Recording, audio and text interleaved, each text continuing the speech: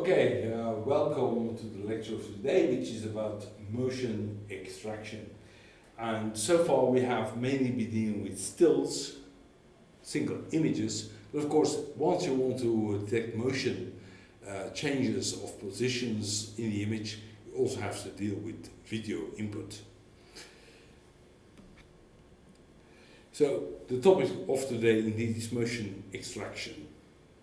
And we'll say more about the particular type of motion we want to extract today, because we are definitely not going after all the motion extraction methods that have been produced in the literature so far. Okay, so if you look at nature, there has been a very good reason why some animals have been so specialized on detecting motion, and these are typically the predator animals who are looking for prey, and prey tends to sit still while being very much textured like the background. So here you see on the left, for instance, this lizard. It's sitting on the trunk of a tree and it really kind of blends in. And it sits very still in order not to be noticed. And of course, predators have been developing similar characteristics. They also have often textured very much like the background. So here we have an owl sitting also against the bark of a tree. And if it sits still, the owls of prey would probably not notice it. So detection of motion is a very important cue to detect things that are of importance in the scene, being an animal of prey or a predator, as we see on the right. So, and that brought into motion this evolutionary arms race, you could say, of being very much hidden into your environment and only being detectable if you move. Indeed, in some cases, motion really is like the only cue to be detected against a background. Now, in this scene, we have two circles, and they are textured in the same way as the background. And I bet you don't notice where they are. But as soon as we have a motion, being rotational or translational, you will see these objects pop out in front of the background. And motion actually is the only cue for that kind of segmentation. So here we go. Right? So we see these two circles moving, and when they stop moving, again they blend in nicely into the background. It's the motion that tells them apart. So motion is an important cue in natural vision, and so it is in artificial vision.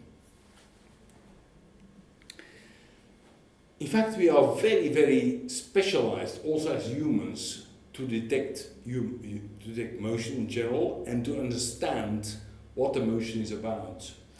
In this case, we have a human, and we will see human motion with just some white dots on joints and a black background. And it's only the joints, these white dots, that move. Nonetheless, we can tell a lot about those scenes from what, in the end, is a very impoverished input. Just some moving points.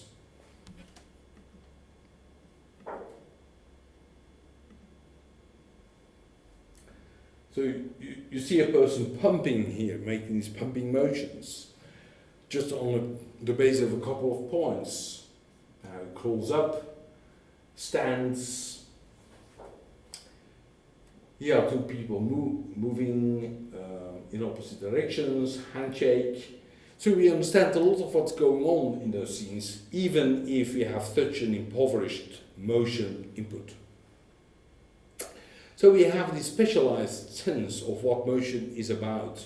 And a name that really stands out here is Johansson. Johansson was a guy who did a lot of tests, and he has shown that we can, from these moving points, tell about actions, but also gender or mood, whether a person is happily moving or it's rather moving in a depressed mode, and so on and so forth. And in fact, I would encourage you to visit this website. We can see a few of those very convincing examples of these motion plates, these points moving and leaving a very strong impression.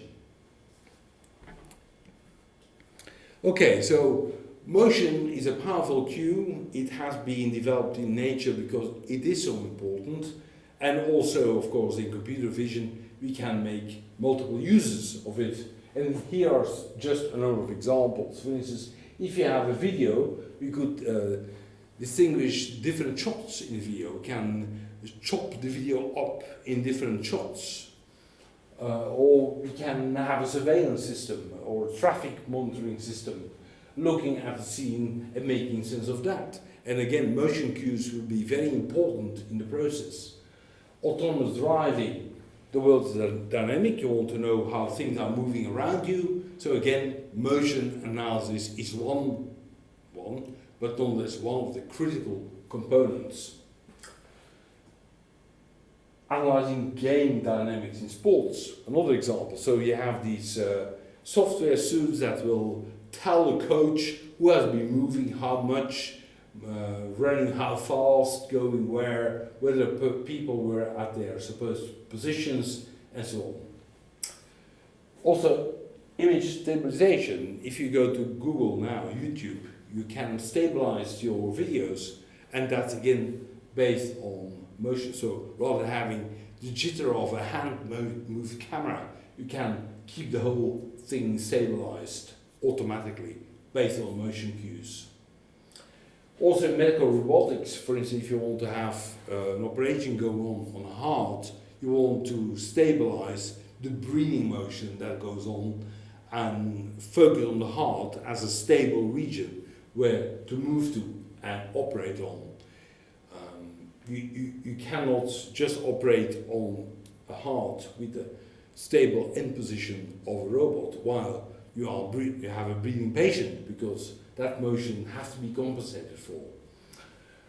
Also in 3D reconstruction, if you move around with a handheld camera from that image sequence, you can reconstruct in 3D, but then you have to track different elements of the scene over time. We'll say a bit more about that later. And there are, of course, many other applications where we look at video, not so much stills, we look at motion and not only shape, texture, color, and so on, all the features we have been discussing so far. Here's an example of the first application that I mentioned, shortcut detection. So you have a movie, and that's automatically split in different camera positions, shots, and then each shot is represented by a number of typical images representing it. And so now the movie stopped, but it actually goes on. That will be the next scene. So you can summarize a video with only a couple of shots and a few images per shot, rather than having to keep the entire video. One application, so strong compression to summarize the content of a video. Another application is games, like the Kinect. The Kinect is based on detecting the motion of the player, so the person moving in the game, playing the game, his body pose is being analyzed over time, and which actions he takes and so on to interact with the game. And the Kinect depth and image sensor, because it has the two of them, does exactly that. It analyzes what actually the users of the game are doing. And motion analysis is a crucial point. Another example would be 3D reconstruction. So you move around, let's say, with a handheld video camera. It takes multiple shots of a scene, and from those scenes you extract a 3D reconstruction of the environment. Now, in order to do that, like if you would have this cube as a scene, you would have to track interesting points over time, and depending on how they move, you can calibrate your cameras. You can also analyze the 3D positions of those points, and that gives you 3D interpretation. Here's an example. So this is a temple in Mexico, Temple of the Masks, it is called, in Etzna.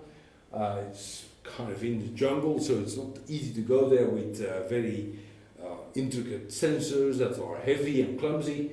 So, but with the photo camera you can go there, take a number of photos, and then get a 3D reconstruction from that.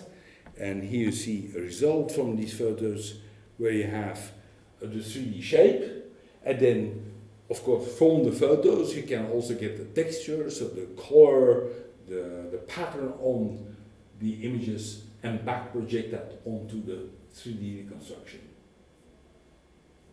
And of course the only thing you can reconstruct is what you have seen in a sufficient number of views. So if it's on top here, you have no views, that cannot be reconstructed. But a central goal here is to track points from one image to the next. So again, motion analysis is crucial. Okay. There are many motion analysis techniques. There are techniques, for instance, to track a particular object over time. We won't go into many. The only algorithm that we will discuss is one particular algorithm to extract so-called optical flow. So what is optical flow? So the optical flow is the apparent motion of brightness patterns. That means we are looking at an image, we see how brightness patterns move from one view to the next. Now, ideally, what we actually are really after is a projection onto the image plane of the real 3D motion that is going on. So you have a scene, it's dynamic, there are objects moving around in that scene, maybe the camera is also moving with respect to your scene, so lots of motion. And you want to know where is one physical point in that scene going to the next frame. So ideally, the optical flow is a projection of that three-dimensional motion onto the image plane. And we try to do that actually for every pixel in the scene. So for every pixel we try to figure out, okay, there's an underlying point in the scene projecting onto that pixel. Where is that scene point projecting to in the next frame? That is the question we try to answer. And that will translate into a kind of motion vector between two subsequent frames. So we have every point in this, well, the points in the scene projecting onto pixels in this image. And then we want to know what are the pixels these same point project to in the next frame. So we want to have a 2D motion vector that is thought at every pixel of the image. So where is the physical point moving to in the next frame? So we want to have this 2D translation vector for every single pixel. Here you see an example. It's a static camera. You see this is a static background, so nothing is moving there. But then you have a cyclist moving to the left and some pedestrians moving to the right. And these small motion vectors indicate where that same point, the same physical point of the scene will be found in the next frame. So it's pointing to that pixel in the next frame. So here it will be to the left and here to the right.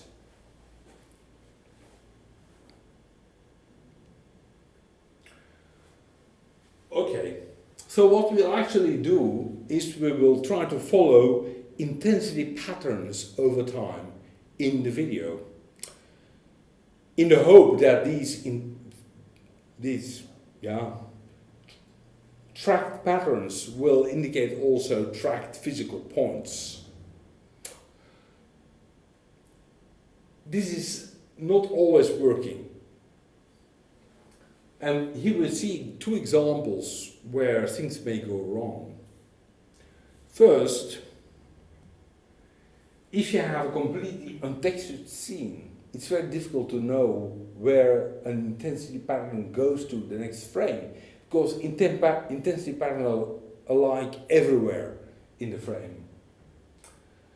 So if you look where an intensity pattern goes through, if you, for instance, have a sphere which would be completely untextured, it would look the same if it spins about the vertical axis. Suppose you have this sphere, it's completely untextured, it spins about the vertical axis. The image stays the same, so there seems to be no motion, there's no intensity pattern to follow. So you would then probably report the optical flow is actually zero, you have no motion, but in reality there is. A second example where things may go wrong is, in fact, you have a sphere, it is textured, let's say, it has a texture, but it stands still while an illumination source is moving. And the motion of the illumination source will cause different chaining patterns. So then again, the intensity patterns will seemingly move. So at some places at least, you may want to report some motion. So optical flow that is different from zero. And that is wrong, because there is no motion whatsoever. Let's show an example of that. So here we have not a sphere but a vase, but we'll show these two experiments. So this is a vase now, it has texture, and if it would spin about the vertical axis, you would see that. Because the texture, the intensity patterns that you try to follow will move around. But if you take away the texture, so that we have an untextured vase, it will be very difficult to report on the motion. Okay, so let's let it spin. So there it goes, spinning. Now we take away the texture gradually, and as you see, it's still moving, but that's not what you see, because there's no intensity pattern to follow. So human vision is very much prone to the same mistakes as the optical flow algorithm that we will discuss. So here you would report no motion, but there is motion. Second example, you have a vase, it stands still, you move around the illumination source, as a result the whole pattern of shading changes. Optical flow will probably report there's some motion at some places at least, because we're trying to follow the same intensities, but they are changing so much over time. So you will report motion, but actually that vase is perfectly still. So mistake number 2.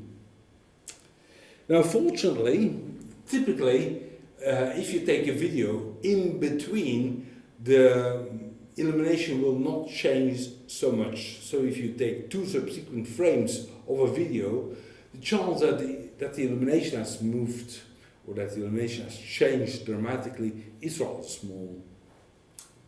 So these 2 problems, that second problem is limited. The first problem also is at places where you have enough texture.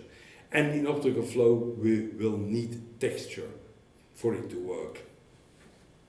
But you saw before that also as a human, you could not see these valves moving. Well, same problem for the algorithm that we will discuss. Okay. So, here kind of a summary. Now suppose a point of the scene projects to a certain pixel of the current video frame. Our task is now to figure out to which pixel in the next frame it moves. And that we want to know for all the pixels. So for all pixels we want to know where did the underlying scene point go to in the next frame.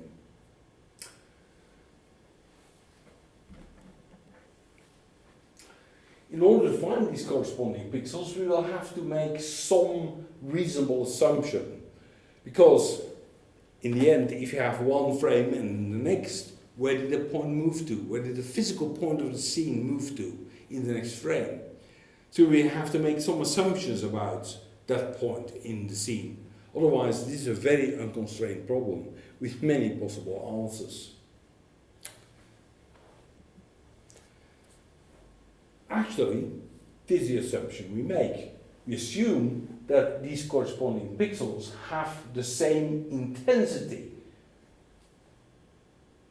from one frame to the next. Now, of course, that's not completely true. Points will change their intensity as they move away from the camera, as illumination changes. So there are several reasons why a point will, in reality, change the intensity.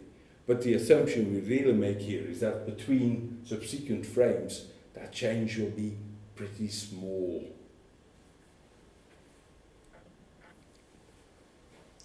So, okay, that's the assumption, but we know it will only hold approximately in reality.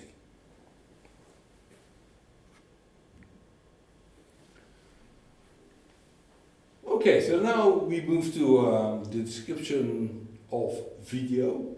We see a video as an intensity at pixel positions x, y, and time t. So you can imagine this video being represented as kind of a salami, and you cut it up in different pieces, and every slice is one frame, so one time instance, but as time goes, you go further. So if you fix time, you have a single frame with the pixel coordinates, row and column coordinates x and y. But we have this three-dimensional function, intensity of x, y, and also t, time now. So that's new. That's when we move to video. So now our assumption was a physical point would not change intensity over time. So we say that the change of intensity over time is 0. Now I, we know, is this function of x, y, spatial coordinates, and t, time, the frame. So applying the chain rule, we get for this expression the same as this expression here. So we now divide this derivative over the different independent variables x, y, and t. This equation states that if one were to track the image projections of a scene point through the video, it would not change its intensity. And this tends to be true over short lapses of time, like between two subsequent frames of a video, which is only about like 20 milliseconds. Right. Notice that if you have a video, there are a number of things we can measure and a number of things that are unknown. We'll come back to that in a second. But here are the things we do know. You know, the partial derivatives are with respect to x, we can measure that in the image. Y with respect to y, we can measure that in the image as well. And y with respect to t, more about this later. These three we can measure. This we can measure, that we can measure, and this.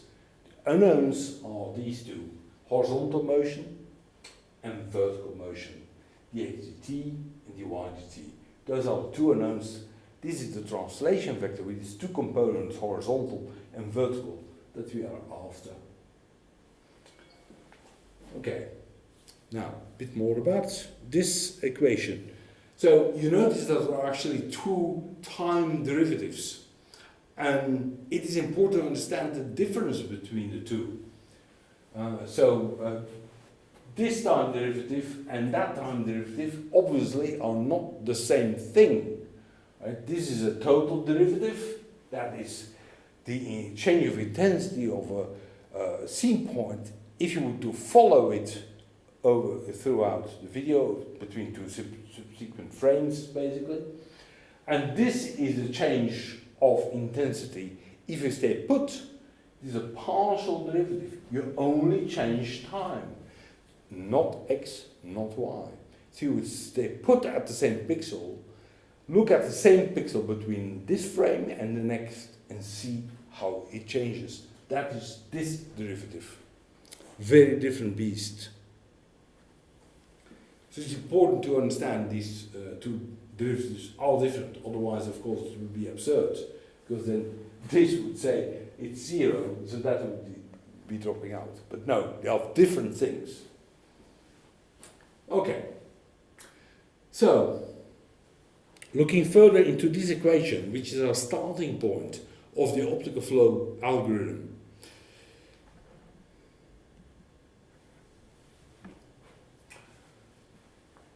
Right, first of all, before we start, we will simplify the notation a little bit. So this horizontal motion we will call u, And remember, we have to look for that horizontal motion component at every pixel of the scene, of the image. And this is a vertical motion component, again, a vertical component motion that we have to detect at every pixel of the image. So horizontal motion and vertical motion together, a 2D translational vector for every pixel. And then there are these things we can actually measure by looking at the difference between intensities between horizontal neighbors in the image, between vertical neighbors in the image, and between a point of the scene and the same, or the pixel in the scene, the same pixel in the next frame. So these three are known, and these two are the unknowns. So rewriting this equation with these simplified notations leads to that equation here. And we have for every pixel one such equation. Okay, so every pixel comes with an equation like this. But the problem is we have for every pixel therefore also one equation but two unknowns, a u and a v. And that bodes difficulties. Okay. So we can measure the three derivatives of I, d3, partial derivatives, but we cannot just measure from the video u and v. We have to extract that still. U and v are the unknowns per pixel. And as mentioned before, one equation, two unknowns, hence a problem, because we have this underdetermined nature of our problem, right? And that's called the aperture problem. That's the way people refer to it. So that's called the aperture problem. And we'll see that, in fact, humans have a similar kind of problem. Before we do that, we first want to analyze what this equation tells us really about the motion. It's not that we have no information. Of course, we still have this single equation per pixel in two unknowns, but at least we have one equation. So what does that equation tell us? Well, we can rewrite it. We can rewrite that equation here as this internal product. So this is an inner product of the gradient vector, and that gives the vector that indicates this direction of steepest change of intensity, and this is the motion vector. So from this equation we can see that actually this is known, by the way, that's known. We can see from the equation that what we know about motion is a projection in a product onto the gradient vector of the motion vector. That component along the gradient we do know. And that's it. This is that component. The component we know from that single equation. What we do not know, however, is the component orthogonal to the gradient. That's the information we are still missing. And we have to somehow find a way of extracting that information as well. So we have one equation in two unknowns. That one equation tells us what is a component along the gradient, but we have no information of the component orthogonal to the gradient. Okay. Here an explanation that humans in fact have very much the same problem. Suppose you have this very localized information, the way mathematics here works. In fact, this is all mathematics around a single point, with all these derivatives, ix, iy, it. It's all about analysis of a small neighborhood around a point, in principle, an infinitesimally small neighborhood, of course, and trying to get the motion information from that. And what we have just seen is you will get the information orthogonal to the gradient. Now, here we have kind of constructed a similar situation for you as a human. So you only have first all the derivatives, so you act as if everything is planar, the whole intensity profile is planar, you only look at first derivatives, you don't care about curvature of the isophotes, so the lines of equal intensity. You do as if they are all planar straight lines and so on. Not unrealistic, by the way, because typically intensity will not change that fast that you have a lot of curvature of isophotes close to one single point. So suppose this is our scene here, and we have this peeping hole. By the way, aperture problem, the name comes from that, right? An aperture is a small opening. Yeah, here's our small opening, our peeping hole, right? And below that is moving a pattern. And we're looking very locally, and we do as if everything is planar, and all the intensity changes are linear, and so on and so forth. Now, I will start this video, and we will see motion, and then you can see what you actually perceive. Let's go there. There you go. And probably what you will see is just this bar moving up and down.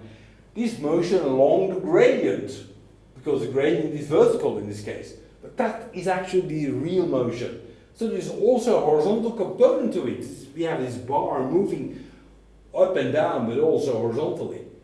But that's the horizontal motion orthogonal to the gradient that you could not perceive before.